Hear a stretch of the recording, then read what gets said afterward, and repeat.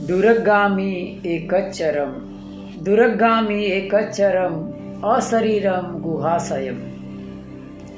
दुरगामी एकच्चरम अशरीरम गुहाशयम ये चित्तम संयम में संति मोखंति मार बंधना मोखंति मार बंधना। धम्मपद के चित्तवग की ये 5वें नंबर की गाथा है और अगर ओवरऑल देखा जाए तो ये 37 नंबर यानी 37वें नंबर की गाथा है।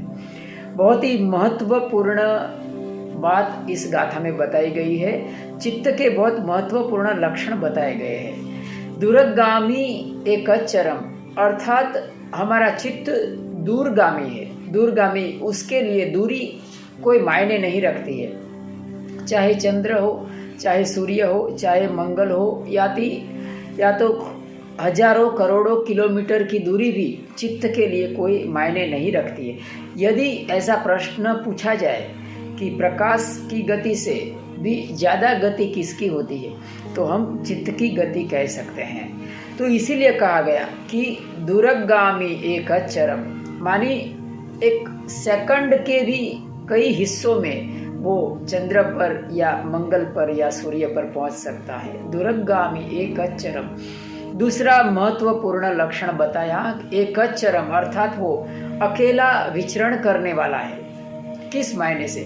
हमारा चित्त है वो एक साथ सिर्फ एक ही काम करता है। दो काम हमारा चित्त एक साथ नहीं कर सकता है।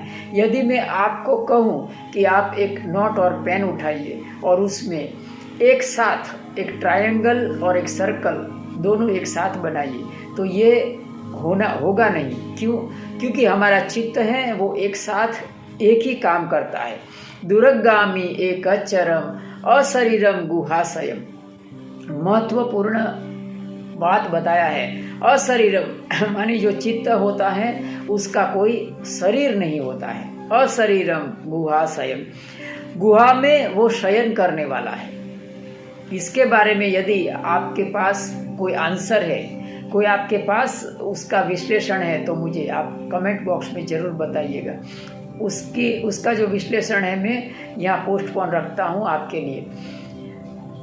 दूरगामी एकच्चरम अशरीरम गुहाशयम ये चित्तम संयम में संति। ऐसा चित्त के ऊपर अगर संयम किया जाता है, मोखंति मार बंधना मोखंति मार बंधना। ऐसा मेधावी पुरुष, ऐसा साधक है, वो मार के बंधन से मुक्त हो जाता है। नमो बुद्धाय, जय भीम। साधु साधु।